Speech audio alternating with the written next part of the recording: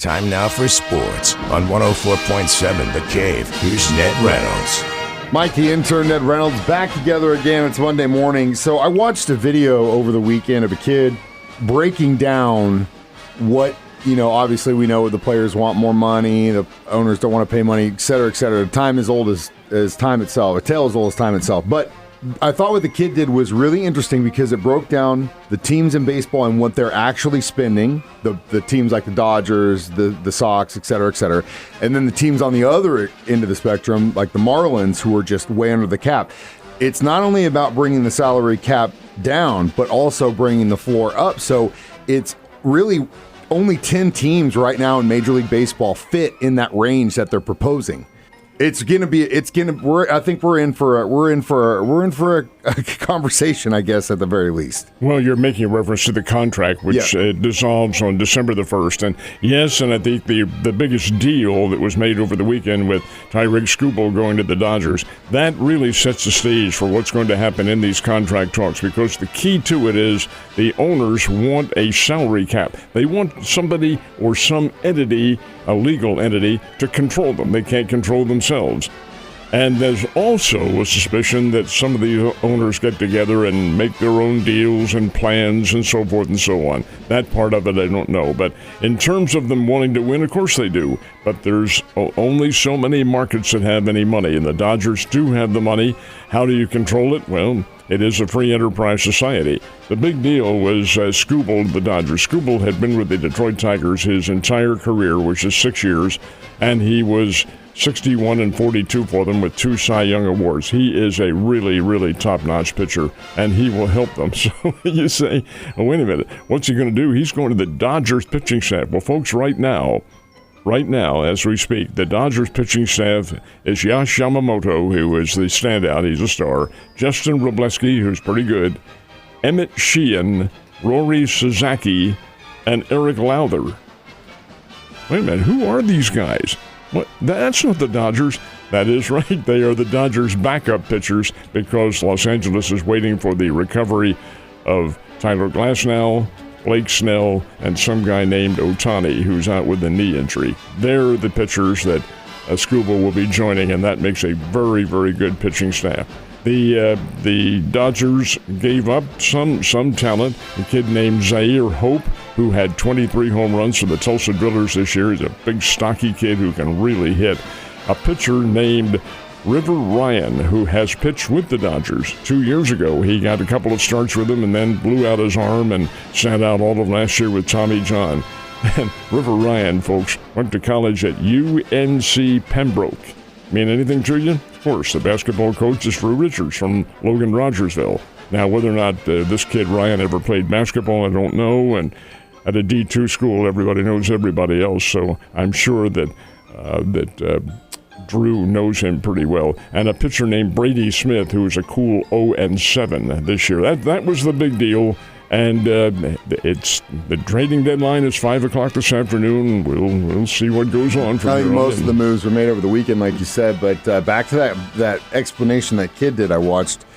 Collectively, the teams that are spending more are going to have to figure out how to get rid of about $4 to $5 million. The teams that aren't spending enough collectively are going to have to spend about that much to get into that area. So it's going to be interesting. Again, there's no rule that says that they have to be there, but you want to be competitive, and that's where the spending comes in. There's so many variables. There was another deal, which was obviously Kevin Gossman going to the Chicago Cubs. That was a salary dump for the Detroit Tigers, but the Toronto Blue Jays. But we'll see how things work out. There's so many variables. As far as the Cardinals and Royals are concerned, I think the Royals made some more moves than the Cardinals did. They did indeed. They made a 2-for-2 deal with the Atlanta Braves, sending former Springfield Cardinal Lane Thomas, who went over to the Royals, and pitcher Bailey Falter, who had been with Kansas City for a year, sent them to Atlanta for a couple of minor league pitchers, Carter Holton and Lucas Braun. Now, where those two pitchers will be assigned, I don't know, but it could very well be they go to Northwest Arkansas in the Texas League. We'll see. We'll see how things work out. But getting letting go of Lane Thomas, who had some pretty good hits for the Royals this year, but he had some pretty good years with the Springfield Cardinals, too, before he went up to St. Louis. Nonetheless, that's a 2-for-2 deal. To my knowledge, the Cardinals have not done anything yet, but the day is still young, and 5 o'clock still many hours away, 5 o'clock Central Time. So we're seeing what'll happen, if anything. Some feel like we're done, and some feel like we can try and figure this thing out. So who knows? Speaking of figuring it out, who got the purse this weekend? This was the Rocket Classic, and they played it in Detroit. It's a $10 million purse, so that means the winner was about $1,800,000. And the winner was a guy named Michael Thorbjornsson. He is a 24-year-old kid from Stanford University, raised in the New England area, and he shot an 18 under par and won it by 2 strokes, and this is his first PGA victory.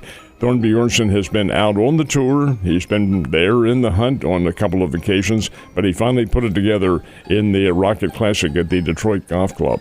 So we'll see what this does for him. Does he get enough points to get into the FedEx? Well, we're about to find out, because the final tournament prior to the FedEx Cup is next weekend, and that's the Wyndham Classic in Charlotte, North Carolina. Then they go on to the really big money, and that's where the competition will involve all the big names. Cardinals, what do you think? Well, they do win yesterday. The Cardinals got a win at the Rogers Center up in Toronto, and the Toronto Blue Jays draw sellout crowds for all their games. Why not? They're the reigning American League champs, although they've had a really, really down year this year, and they're not going to be contenders.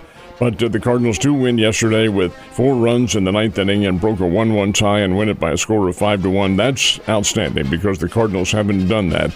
That boosts the Cardinals' record now to 55-57. They're 2 games under the 500 mark and heading to Yankee Stadium for the next 3 games. But I'll tell you, the Cardinals have a chance to do pretty well. The Yankees, while they had a big weekend in Chicago with the Cubs, still, they're not quite the Yankees of the past, but we'll see what happens. Anyway, Cardinals get the win, and that's the big deal, and now we'll see if they make any trades here in the rest of the day.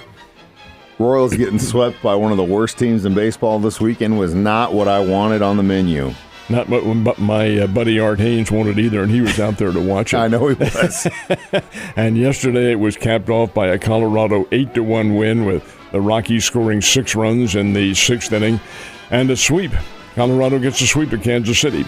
Well, doesn't mean anything. The Royals have had such a star-crossed year this year with injuries and so forth and so on, that this probably doesn't hurt them quite as much as any other loss would be. Were they in the hunt, it would be a big deal, but they're not. Springbirds did win, knocked off the Wichita Wind Surge 9-2. This kid, Rainyard Rodriguez, is really something else. 19-year-old kid, 3 for 5 last night with 2 RBIs. Hey, this is a pretty good team. Springfield goes on the road now to play down in San Antonio against the San Antonio Missions, but we'll see what happens here. Still got some time left in this part of the race for that pennant, and Springfield Cardinals might be able to pull it off. It'd be nice to see if they could do it again. College sports legislation. It's been a while since we talked about that. We've made any progression on that front? There has been a lot of progression, and this is a big week because the Senate, the United States Senate, is in its final week before their summer break, which will be on Friday. The boosters of this Save the College Sports Bill really want it's Senator Ted Cruz and Senator Maria Cantwell. One's a Republican, one's a Democrat. This is bipartisan. And Missouri Senator, Junior Senator Eric Schmidt. They're the ones who hope to get this passed. The big deal is that both the Big Ten Conference and the Southeastern Conference agreed to back it on Friday. Okay, now you get before the Senate. Can they get this thing to appear before the Senate? Senate has a lot of other issues in front of it besides college sports. But can they get it done? The Republican Speaker, John Thune, doesn't seem to think they can. But regardless of that, they're going to give it a try, and the senators leave on vacation. The college folks would like this rule implemented as soon as possible, ASAP. But we'll have to wait and see. There are a lot of interesting measures involved, and we'll have to just bide our time and figure out what's going to happen. Definitely, Ned. Well, bide your time until tomorrow. Have a great day, and I'll see you then.